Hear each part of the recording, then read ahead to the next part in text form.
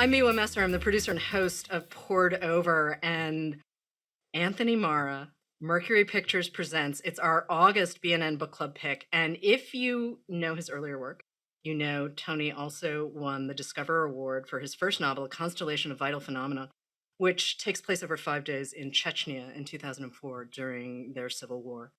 And there's also a story collection called The Tsar of Love and Techno, which sort of tips into that world. And maybe we'll get to the stories, maybe we won't. We're definitely going to get to Constellation. But let's talk about Mercury Pictures Presents, because I hear you had a pretty significant bout of writer's block while this book was coming into the world. I did. Well, first, thank you so much for having me, Miwa. I am so grateful to Barnes & Noble for choosing Mercury as its August pick and for supporting my work so enthusiastically in the past. And I am glad that there is finally work to support. I began working on it in 2014, and my first two books I had written fairly quickly. Constellation took around 18 months. The Tsar of Love and Techno took maybe a little bit longer. So in my mind, I was going to be done with this book before Obama was out of office. Mm-hmm. And as you might have gathered, it didn't quite go to plan. And it's partially due to the fact that there's just so much rich material in Hollywood during the 1940s, which is where much of the book is set. There is just sort of like an endless rabbit hole you can go down. And of course, one of the problems with writing a book about the movie industry is that sitting around watching movies technically counts as research. So that could have been why it took me so long. But it finally kind of came together really during the pandemic, actually. At the beginning of the pandemic, I was living with my wife in Cambridge, Massachusetts. We lived in a small one-bedroom apartment, and the blank page was kind of my only means of escape. And I suddenly found myself in this position of having to create on the page the kind of joy and levity and laughter and hope that felt so missing in my life at the time. And I hope that, given the state of the world through the pandemic and today, that it will similarly transport readers who pick it up this month. So Mercury Pictures Presents is an epic World War II story. I mean, we're cutting between Mussolini's Italy and the United States, specifically Hollywood, in the 1940s. So we're getting a whole new world. I haven't seen a World War II novel like this before. So if that's your thing, folks, you definitely need to pick up Mercury Pictures Presents. I will say we are going to stay spoiler-free in this conversation because Tony is doing his book club event with us in New York City at the Union Square store in September. So if you want the spoilers, you can come then. The details will be on bn.com. But I'm going to ask you, Maria Lagana, who is a fantastic character. Please tell me she's the first person who showed up in this. Oh, she definitely is. Yeah, she is.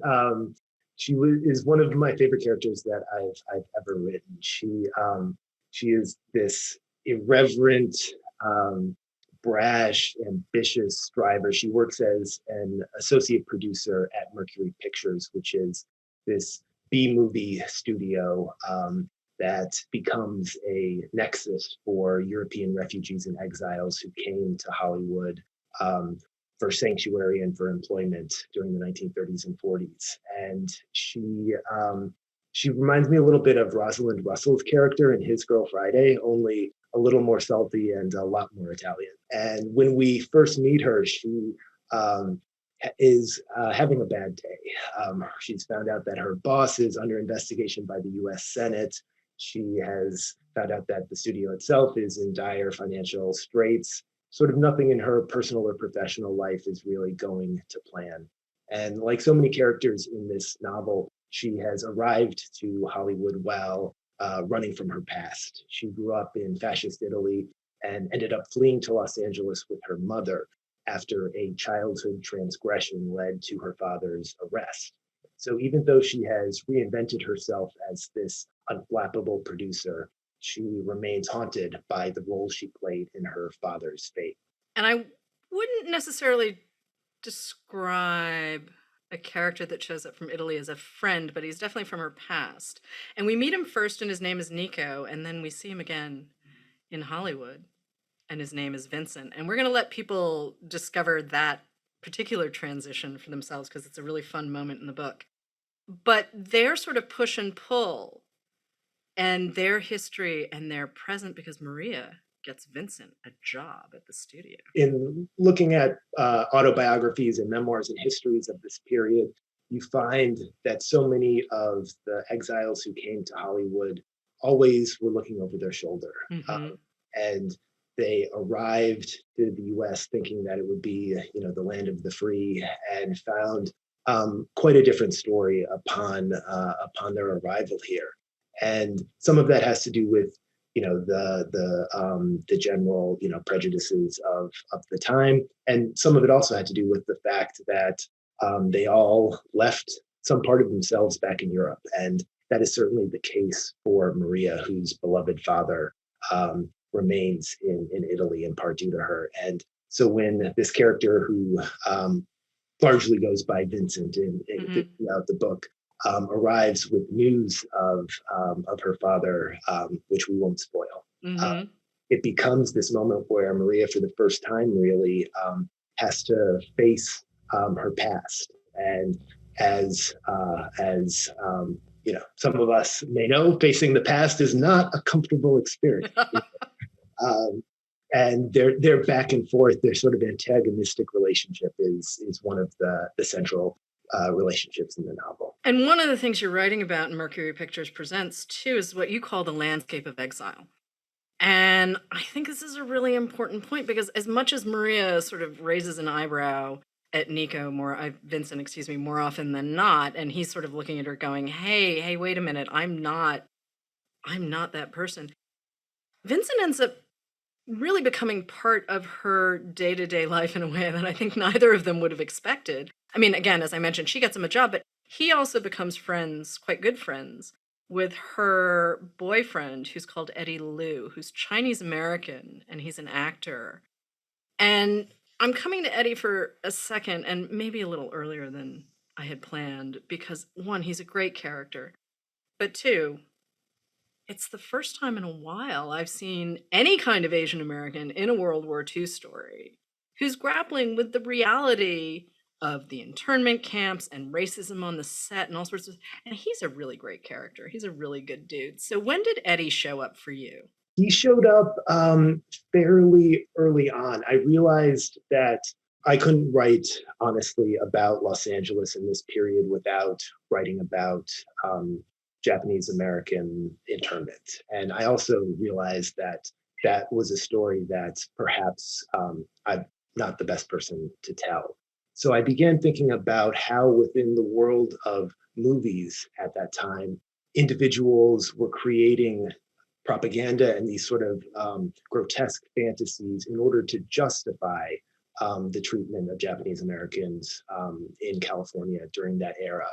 And when I was reading into that and sort of looking at these movies, one of the sort of bizarre and kind of grotesque little details that came out was that because Asian Americans had been so sort of excluded from cinematic representation throughout, Hollywood history, there were essentially very few actors who could play Japanese villains in that time period.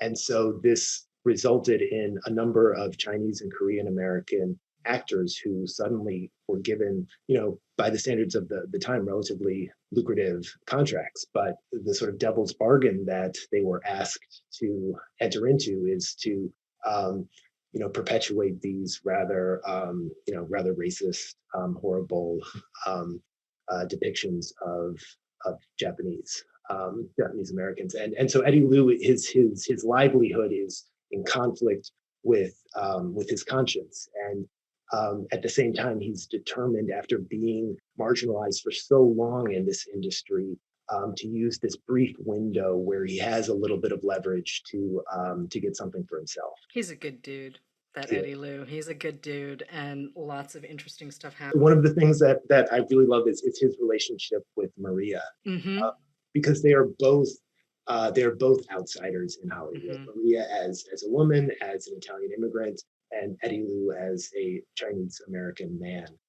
and their experiences, sort of what leads them to Mercury, is vastly different, and yet they can see each other so clearly. And there is this wonderful tenderness and intimacy between them. And I've always struggled with writing love stories, and I feel like this is by far and away sort of the most mature and honest love story that I've come up with. Oh, without a doubt, without a doubt. But Artie Feldman and his wife Mildred are a different kind of love story. Artie is Maria's boss, and Mildred, she gets her husband. She understands what she signed up for. And he's running this studio, which I had never heard the phrase Poverty Row Studio. And as you describe it, it's a B movie studio, but Poverty Row is like, oh, Yeah, that is a phrase I've never heard. But Mildred knows what's going on. She knows who her husband is. He's well intentioned, but he's Artie. He's yeah, Artie. He wants to make a buck and have a life and do his thing and find his sister who has disappeared in Poland, and mhm. also battle with his twin brother Ned, who lives on lives on the East Coast. He's in New York. He's the, let's call him the finance guy, I The guess. finance He's guy. the finance guy. He's the finance bro. Yeah, he really is. And boy, Ned makes some choices. He makes some choices, but let's talk about Artie for a second, because Artie and Ned are a different kind of connection to the American dream, to the idea of Hollywood. I mean, Artie essentially discovers Maria and gives her a chance that not a lot of other folks would have done. I mean, if you were trying to write about Universal, one of the big established studios, you wouldn't necessarily find Maria doing what she was doing and given the reign to do it. Yeah, one of the really interesting things about these Poverty Row studios. So basically, the studio system was set up so you had a number of the major studios like MGM, Universal, Paramount, and then sort of on the periphery there were these Poverty Row studios that made B movies and other very low budget pictures that sort of filled in the gaps. Mhm. And one of the really fascinating things about these smaller studios was that there was a degree of creativity and artistic license that you simply couldn't do if you were dealing with $1 million budgets. And so that does give someone like Maria the opportunity to maybe rise a little bit faster than she would at one of these rival larger companies. And I really love the back and forth between her and Artie. Artie is a character that I think he's a type that appears in a lot of my work, sort of a well-meaning buffoon who is trying to do good within the strictures of his severe moral limitations. He and Maria have this kind of this almost like screwball comedy back and forth, kind of whenever they're put together. They were two characters that I felt like I was channeling, Billy Wilder every time that I was writing them in a room together. But in general, the dialogue in Mercury Pictures Presents is really sharp. It's really smart.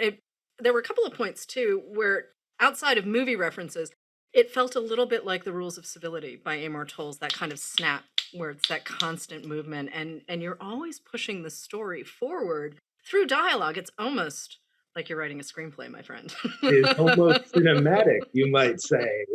Imagine, imagine. But let's talk about the structure. Let's talk about the dialogue. I mean, how did you know? When did you know, I should say, that you had the voices right? Because it would be really easy to deliver a caricature and sort of slide past the point you're trying to make. Because you are like, this whole landscape of exile and war and trauma. There's so many big ideas that you're covering in this book. And yet, I never once felt like you were shaking a finger at me and saying, okay, now, young lady, you need to read your cultural vegetables. You need to understand, it's not like you'd given me homework. I was like, well, what's going to happen next? Yeah, well, thank you. I guess I was trying to really think about what it was like to be in those rooms in these studios at the time. That there are obviously these much larger sort of traumas that these characters are experiencing. But I think that so often when we look back in the past at these moments of trauma, we only see it as sort of this universal sort of like dark cloud hanging over everything. And I think that when you're actually living in the moment, people aren't necessarily thinking in these like big abstract terms about about large questions of history and politics. You're cracking a joke with your friend as you're watching something dismal on the news. We're living through a pretty grim time right now, but I don't think that has in any way produce the ability to crack a joke every now and then. And I think that like so many of these characters, they find themselves in sort of the grips of absurdity. And I think that comedy is the most eloquent expression of absurdity. That it is a way of trying to comprehend the incomprehensible. And so a joke, I think, functions not only as like a moment of levity, but as a way of like suddenly exposing all that's bewildering about life. Oh, Maria's aunties are very funny. Maria's mother is scathingly funny in ways that I wasn't quite sure where Maria's mother was going to go, but she ends up having her own adventure in the So United can I tell you States. a secret? Yes, please. So Maria's great aunts are based on my own great aunts. My Okay. great aunt Mimi, Lala, and Pep, who were these small little Italian American ladies who lived Mm-hmm. into their late 90s and Mm-hmm. were very much the basis, not just in name, for Uh-huh. Maria's aunts who are just they're so fatalistic and so dour and just wonderfully opinionated on just about everything in Maria's life. Well, especially the whole when are you going to settle down and get married? Maria's like, I really don't have time for that. Like, I'm building an empire. What is going on? But that push and pull is really, it's so wonderful to see. And actually, one of the aunties marries a man. He's a great character. So, how much of this is based, though, in your own imagination, and how much of this there's some details in there that make me think there was a little bit of research that went in to Mercury Pictures Presents and beyond the movie watching, because clearly the movie watching did. But you do have to do a little bit of homework to get Los Angeles in this period. Yeah, absolutely. And one of the reasons this took so long to write is because I felt like I was constantly researching. I never stopped researching, and every Hmm. time I found something particularly engaging that really captured my imagination, I would have to shift the whole book to accommodate it. One of the many excellent sources I consulted was actually the WPA Guide to 1930s Los Angeles. And it is this absolutely brilliant kind of tourist guide to 30s LA. And so a lot of the details came from sources like that. But this was a book more so than any other that I've worked on that I also um, tried to pull from my own family's background a little Hmm. bit, Hmm. which feels very new and strange. In some respect, I think that when I'm 80 years old, maybe I'll write a first person coming of age story based on my life. Like I feel like I'm very slowly moving towards the more autobiographical. We'll see how long that lasts. But yeah, this was a book that the very active researching felt like this transportative experience, and I really wanted to convey that sense of transportativeness on the page. I think that whenever I pick up a book, one of the things that I'm looking for is that feeling as a reader of being taken somewhere far from your daily life that nonetheless speaks in a deep way to your daily life and the world you're living in. And I think that there are a lot of those echoes between the 1940s and today that the book hopefully hints at without being too dramatic about. Yeah, you have written a very timely book, writer's block notwithstanding, you It's never good accidentally. when a novel that deals with fascism is timely. Yeah, ooh. Ooh, you really, by accident, delivered a very, very timely historical novel. But I want to go back for a second to A Constellation for Vital Phenomenon, which is a book that I have loved for a very, very long time. And, a lot of that same bleak humor is there. It's Chechnya during the war in 2004 and has a really powerful opening. And I am going to encourage folks that if you haven't read it yet, you really should. It's 5 days in the middle of a war zone, and it starts with a little girl whose father has disappeared, an 8-year-old whose father's disappeared, and her neighbor takes her in, and it goes from there. And I heard years ago that you had done kind of a massive rewrite on Constellation, and Constellation is one of those debut novels that reads so cleanly, and it's so propulsive, and it's an extraordinary book, which is why we obviously chose it for our Discover programming and gave it the Discover Award. But I like this idea of rewriting and stripping down to the studs. So can we talk about that for a second? Because I feel like that happened with Mercury Pictures Presents too. Yeah, it absolutely did. So when I was in graduate school, I took a class, a novel writing seminar with the great Elizabeth McCracken, who is just a genius, and I would highly recommend everybody read everything she's ever written because she is amazing. But I took this novel writing class, and I was working on a book actually set in Northern Ireland. It was very much the work of an apprentice, let's say.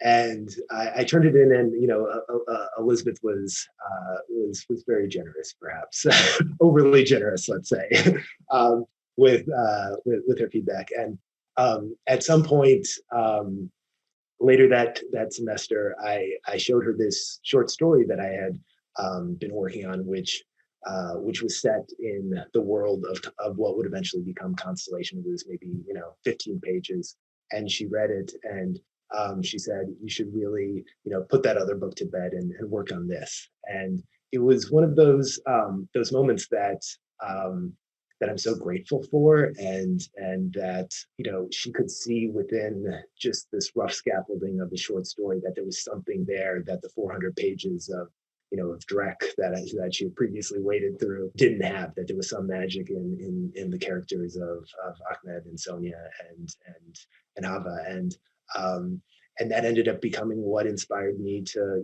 focus on the book that became Constellation. You mentioned that you needed sort of the focus that came with the pandemic to be able to really sit down and dig back into Mercury Pictures. But do you remember when you understood that it had stalled and you had not had the thread? Because I remember being told this was going to be a slightly different book, more about a director than this entire world that you created. And I'm delighted with the book that exists now. But like I said, I suspect you do this more than you don't. You just strip everything down and restart a lot. So let's talk about your process for a second, because it seems that it's pretty consistent book to book, stories, long form fiction. It seems like you know what you want, and if you're not hitting it, you just Yeah, put it aside. yeah, I do feel I think I remember seeing an interview with Colson Whitehead once, and he said that if the words weren't coming someday, he'll go catch a matinee with the other weirdos, and I always kind of thought that was really sensible and humane advice. And with Mercury, I unfortunately, in the early years, I think that I just had difficulty finding the right container to Mhm. situate these characters in. That one of the things that I love doing in fiction is creating these very large cast of characters with sort of intertwining narratives.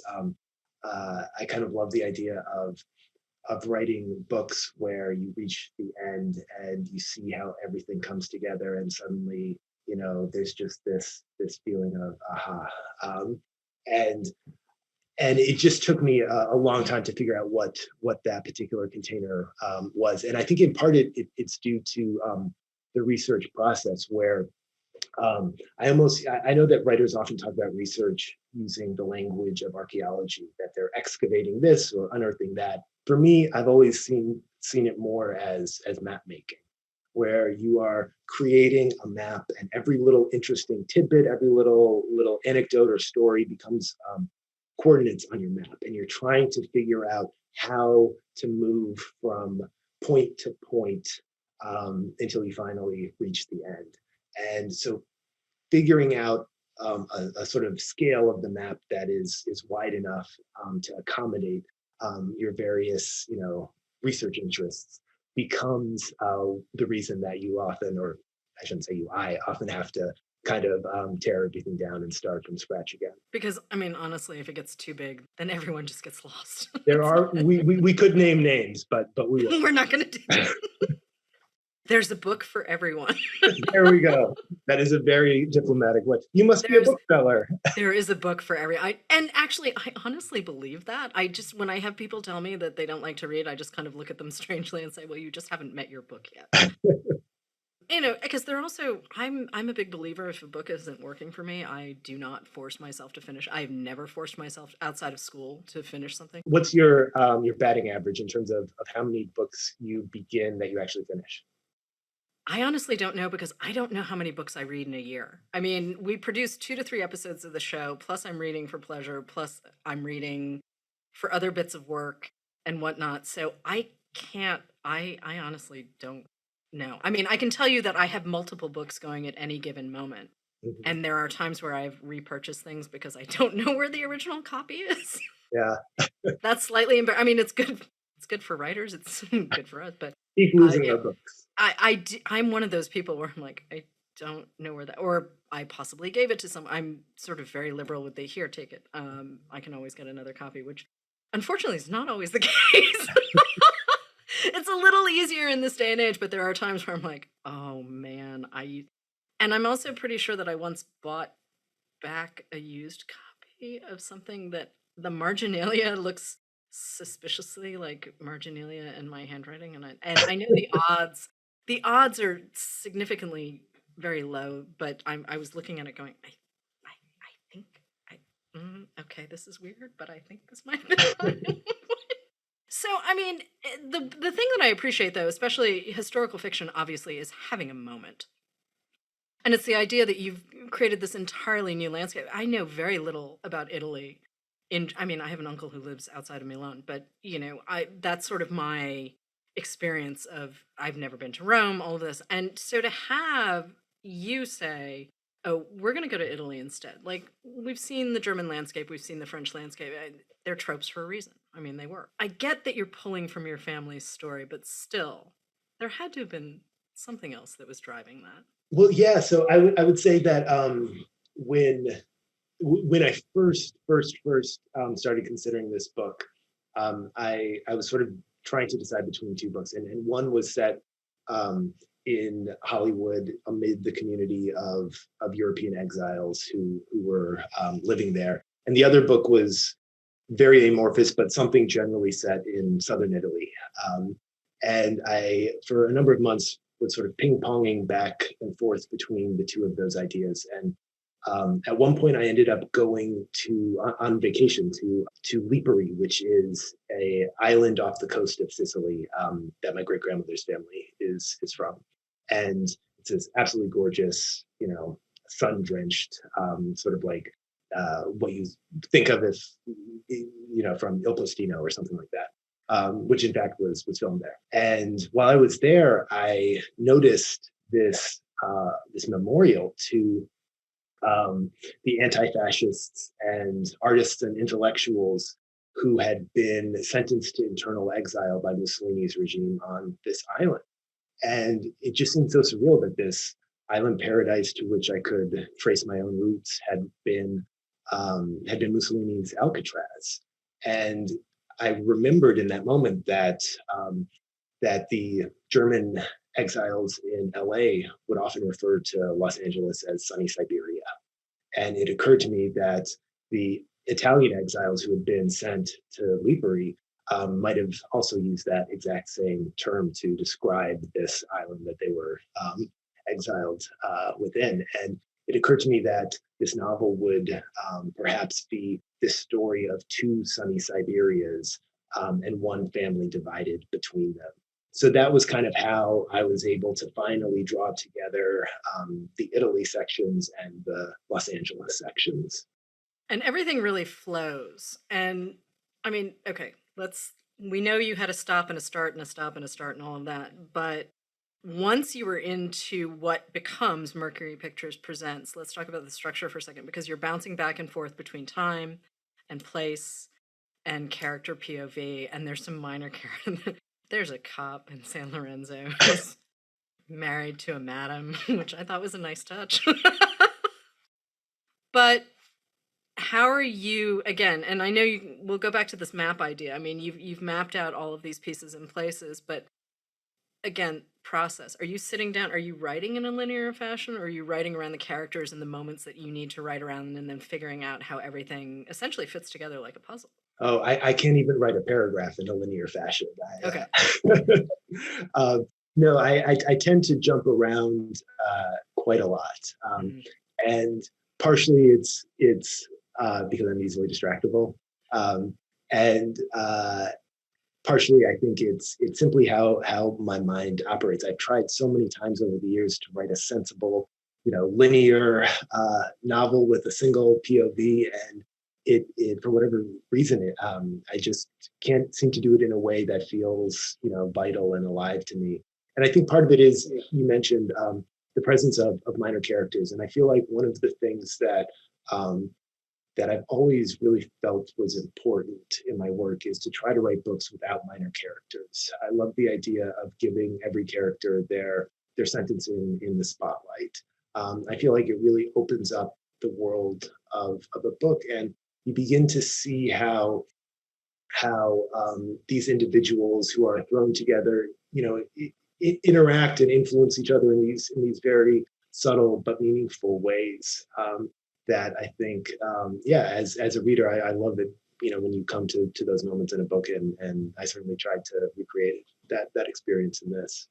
It's really satisfying. It is really, really satisfying. I do want to talk about literary influences for a second. I mean, you talked about that great piece of advice from Colson Whitehead, but you've also in the past talked about how Edward P. Jones' The Known World is an influence, and The English Patient, Michael Ondaatje's classic.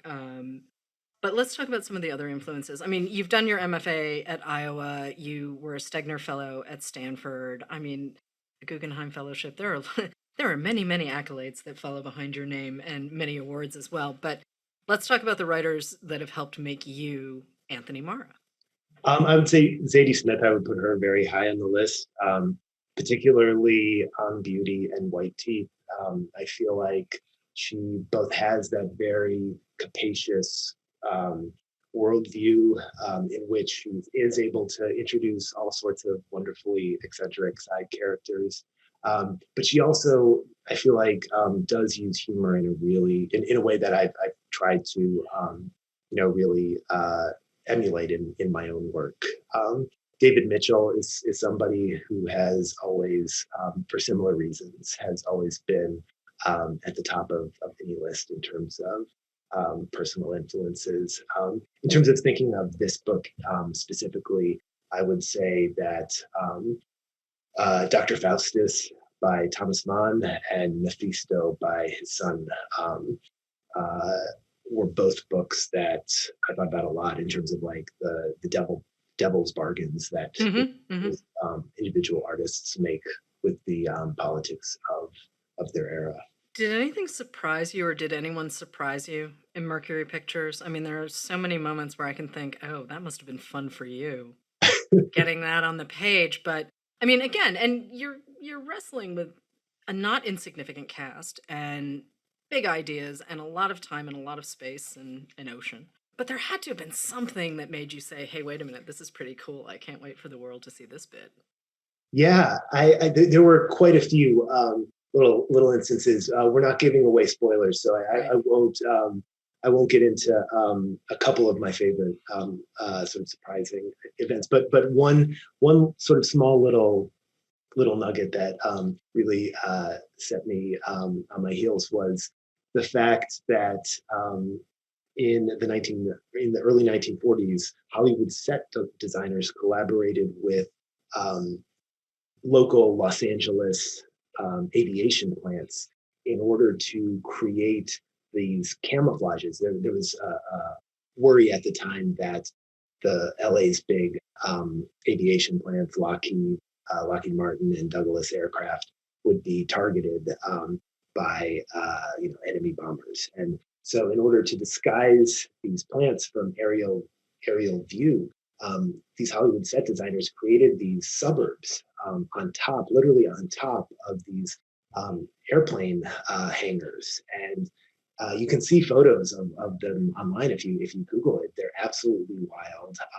you from even a couple stories up, you can't really tell where the airplane hangars end and where the rest of this suburban neighborhood begins. And one of the things that I found so interesting about it is this idea that this peaceful suburbia that in fact was inhabited by actors. There were actors who were pretending to live in these houses and walk their dogs and mow the lawn. That this was kind of the only place in LA that was seemingly untouched by war. That they were living this sort of placid residential suburban life up there, while beneath their feet, weapons of war were coming off the assembly line. So that was one of those moments where I was just like, this is crazy. There are many such moments in the book. It's wild to me. People always think of Hollywood first when it comes to Los Angeles. And I'm like, no, we have other stuff happening. It's okay. Like, there's a lot going on. And aviation is one of those things. And, beyond obviously the war effort and everything else, like, there's a lot happening in and around Los Angeles that doesn't actually involve movies and television. It's just kind of the most fun to play with. Yeah. To be honest. Yeah. I mean, there are times where I'll watch a movie set in LA and I'm like, you can't actually, no, wait, no, what? And I mean, it's true for New York too, when you're like, no, you really can't get from Queens to the Lower East Side in 20 minutes, but little things like that. But when you're reading, and this may shift when you're writing too, but when you're reading, what are you looking for first in a novel? That's a great question. I think that as a reader, I want characters that feel rich and complex. One of the things I kind of hate is when people compliment well-rounded characters. I feel like we live in there's this curse of well-roundedness that I always find rather frustrating. But that's neither here nor there. I want oddly shaped characters that feel as kind of as troubled and idiosyncratic and individual as I think we all are. So I would say that I'm first and foremost drawn to characters. I would say that humor is another thing that is really important. If a book doesn't engage with humor, I find it difficult to. I feel like that's just a signal that I may just share a different worldview from the author. And I guess lastly, I would just say that sense of being taken out of your life. One of the real joys of fiction, I think, is that you can walk around in somebody else's head for a while, and that's just a genuinely magical experience. I think when it really works, and that's something I feel like every time I open a book, it's like when you open a book, I feel like we're all optimists. Every time you open a book, you're going into it with good faith, and I feel like when that optimism, when that good faith pays off, it's just the best, isn't it? Totally. There is nothing like reading a book for the first time and realizing it's the one, yeah. And it's exactly what you were hoping for at exactly the moment. I mean, there are times where I've gone back to things. I am attempting Middlemarch yet again. Yes, there was a pandemic. I could have read it during the active lockdown. And I've had so many people I respect say, no, really, Middlemarch. And I kept trying. I even bought a new copy with a better jacket because sometimes that helps. We'll see. I am always an optimist when I sit down with a new book. I really am. And sometimes that just pays off and it's aces. And then there are times where you're like, okay, not for me. Yeah. Okay, but what's next for you? I realize you just finished this and you're going to have to tour and everything else, but seriously, what's next? I've got a couple ideas kicking around. We'll see what happens with them.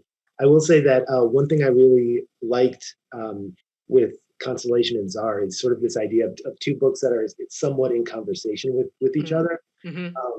And so I would say that that I'm perhaps contemplating something that in one degree or another is in conversation with Mercury Pictures Presents. And Russian oligarchy is a thing. I mean, there we go. I'm just thinking of a couple of characters that could pop back up from Czar specifically. Where I'm like, well, do.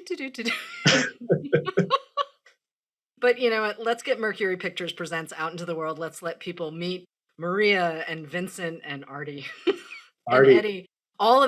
These characters are really, really terrific. And there's a moment with Bela Lugosi that I'm not going to spoil here, but I was laughing pretty hard because he does something where you're like, huh, I can totally believe that would have happened. I have no idea if it's based in fact or not, and I really don't care because it's such a nice moment in the book. You know what I'm talking about.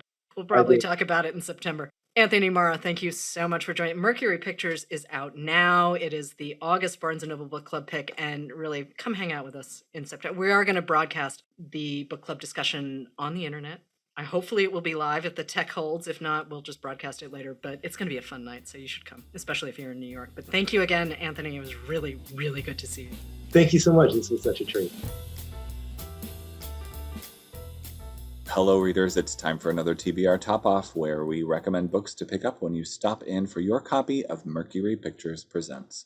I'm Mark. I'm coming to you from my Barnes & Noble store in Cincinnati, and I'm joined by my buddy, Becky. Hello, everyone. Hello. So we've got a couple of great books to talk to you about, particularly old Hollywood glitz and glamour kind of titles. I'm going to go ahead and jump in if you're cool. Go right ahead. Thank you very much. So the book that I chose is West of Sunset by Stuart Onan. This is a book that follows the last few years of the life of F. Scott Fitzgerald. And it's around a time when he decides to try his hand at screenwriting and joining the Hollywood elite. Is in a place in his life where probably a new life decision is not the smartest choice. His health is failing. His finances are pretty much crumbled to nothing. And his wife, Zelda, has been institutionalized. So, yeah, of course, why not try something new? While he's there, he is writing his last novel, The Last Tycoon, which was finished actually after his death. He meets and falls for a gossip columnist, which probably is the worst person that man could ever fall for, because, I mean, he's got so much gossip and baggage of his own. But the book is fantastic. It's not as glitzy and glamorous as some other Hollywood titles, but it is beautifully written, very fascinating, and, you know, another peek at the life of a prolific author. So please check out West of Sunset by Stuart Onan. Becky, do you have one for us? I do. Yay! So I found a book actually very similar to that and Mercury Pictures Presents. This is A Touch of Stardust by Kate Alcott. Okay. And it's another historical fiction behind the scenes of Hollywood book. This one, behind the scenes of Gone with the Wind. Oh. I know. So it follows Julie Crawford. She is newly graduated from college out of Fort Wayne, Indiana, and she has dreams of being a screenwriter in Hollywood. Not the dreams that her parents had for her necessarily. Yeah. So, but they give her a chance to go out there and try to make it out there. And she does not find that screenwriting job right off the bat, but she does manage to get herself on the lot and behind the scenes of Gone with the Wind. There she meets an assistant producer who she quickly falls in love with. And then through him, she meets legendary actress Carole Lombard. And of course, Carol is there because she is having an affair with Clark Gable.